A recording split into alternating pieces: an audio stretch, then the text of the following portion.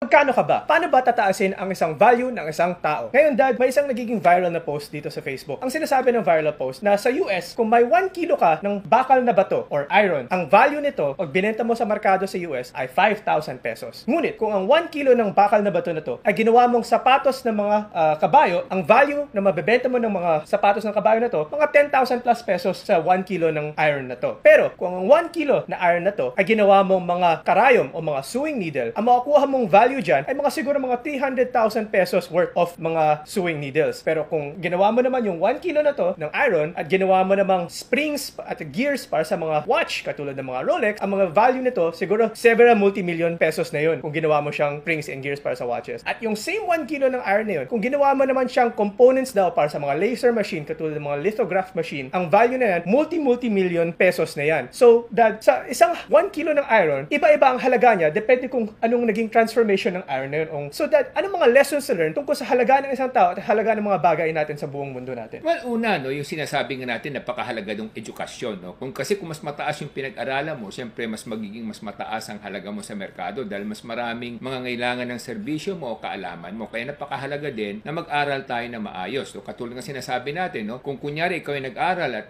naging college graduate ka, may sweldo ka, kadalasan mas mataas ng konti sa minimum. No? Pero kung pinagpatuloy mo yung pag-aaral mo, naging abogado ka o naging doktor ka, pag tinanggap ka sa trabaho, normally 2 to 3 times yan ang sweldo mo kaysa sa mga minimum wage earner. No? So una yun. Pangalawa, siyempre, bukod doon sa pinag-aralan mo, siyempre, pagka nagtagal, mas mataas yung promotion mo, mas madali kang i-promote kasi mas marami kang kaalaman. Kaya yung sinasabi natin sa ating programa na yung tinatawag nating upskilling. No? Ibig sabihin ng upskilling, pataasin mo yung kaalaman mo o karunungan mo para na sa ganun mas tumaas ang halaga mo. So napakahalaga ng upskilling at yung sinasabi din nating right skilling. No? Kasi titingnan mo rin kung anong pangangailangan ng merkado. For example, kung ikaw ay software programmer at ikaw ay gumagawa ng mga software program, may sweldo yan na mataas, no? Pero depende kung i-elevate mo pa ng konti, i-upgrade mo yung knowledge mo, maging AI ka, artificial intelligence o software programmer, mas mataas yun, no? Mas lalong tataas siguro mag 5 times yung maging sweldo mo sa pangkaraniwang software programmer. So, napakahalaga yung upskilling at right skilling, no? Kasi kung ano yung kailangan ng merkado at meron ka ng ganung talento at kakaunti lang kayo na meron nun, siyempre talagang tataas yung halaga mo o yung presyo mo. So, ganun din, no? Pag sinabi natin, no? For example, pangkaraniwang kang accountant, pero ang ginagawa mo, nagbo-bookkeeping ka lamang, siyempre, yung sweldo mo, medyo hindi rin ganun kataas kaysa sa isang nakapagtapos ng certified public accountant at na hindi lang naman siyang accountant, pero gumagawa siya ng mga management analysis, gumagawa siya ng mga financial analysis, at gumagawa siya ng mga projections, then mas mataas yung normally bayad sa kanya. So, depende yan sa iyong kaalaman o mga kaakibat na talento, pero napakahalaga din